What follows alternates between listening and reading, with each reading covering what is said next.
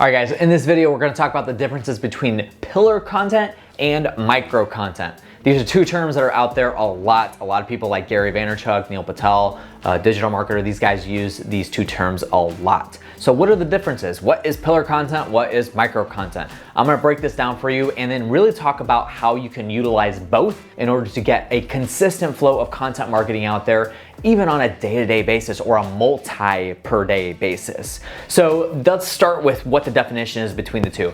Pillar content is essentially the bigger pieces of content. And I'll kind of equate this down to platforms more specifically. So you look at something like a YouTube, podcast, Facebook Live, like a watch, Facebook Watch. Those are really things that are pillar content.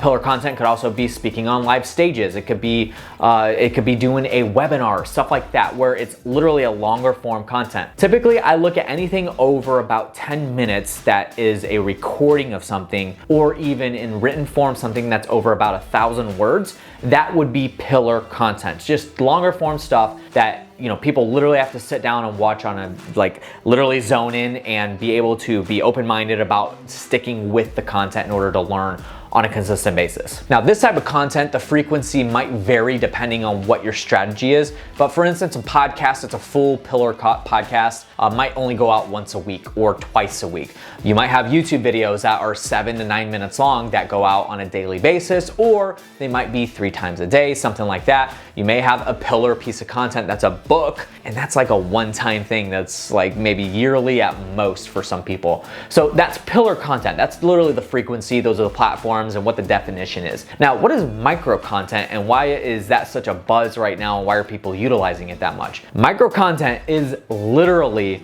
just chopped out pieces of content from the pillar content. So if you look at the pillar content, say for instance, I have a 60-minute podcast video that we recorded on Zoom. Well, that's gonna go to YouTube, that's gonna go to the podcast platforms. But then what I'm gonna do in order to promote it is I'm going to clip out 10 pieces of videos out of that Zoom recording that are very valuable for an audience to listen to a short form version of it.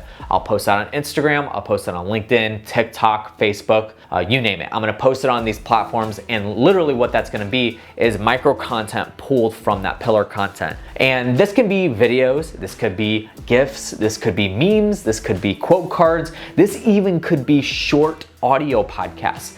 And that is literally what micro content is in a nutshell. So how do you utilize both of them, and should you utilize both? The short answer is if you have the resources, the ability to utilize both pillar and micro content, I highly recommend it. Now here's the thing, most people look at pillar content as the pinnacle. That's where people essentially want to go. For instance, if you have a YouTube channel and that's the pinnacle of your content strategy because it's the highest converting platform, then you definitely want to push people back to it. So a good strategy would be to have your YouTube channel be the pillar content and then utilize the other social media platforms to chop micro content out and then post it to an Instagram and say, to watch the full YouTube video, click on the link in my bio.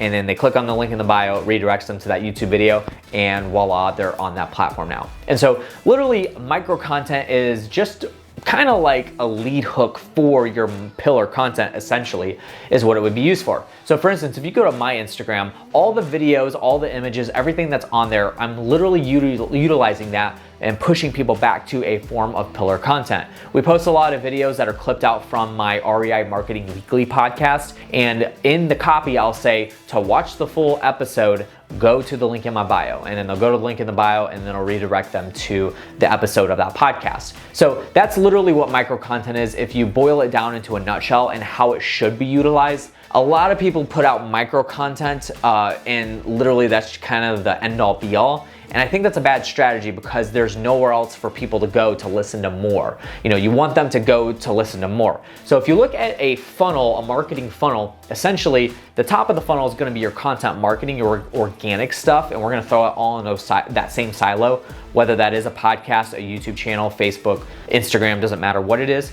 But if you boil it down to both pillar and micro content, pillar content is the second piece of the funnel, and micro content is the very top of the funnel. So micro content casts the wider net because it can reach people a lot quicker. So naturally on Instagram, you're gonna have less followers than on YouTube maybe, or even vice versa. It doesn't matter how you're using the platform. But the micro content is going to be the top of the funnel, and then you're going to have the pillar content right below that, and then next would be the conversion process, right? So essentially putting it into marketing terms, that's what you're going to be looking at. So the short answer is yes, utilize both. It is very important to make sure you're making the pillar content the pinnacle, and the micro content is pushing people back to that pillar content. And again, don't complicate this. Don't get this into a place where you're like trying to figure out all these crazy strategies and whatnot. It's very, very simple. Boil it down to these two things and you'll be A-okay. So that's what I got for you guys today. I just wanted to bring that kind of definition to what content marketing really talks about a lot with pillar and micro content. Hopefully that gave you a good understanding of it. If you have any questions, I do down in the description have several links to connect with me. Make sure you do check those out. If you've got value out of this video, I'd appreciate a big thumbs up. Subscribe to the channel if you haven't already. And thank you guys for watching. I will catch you on the next one. See you later.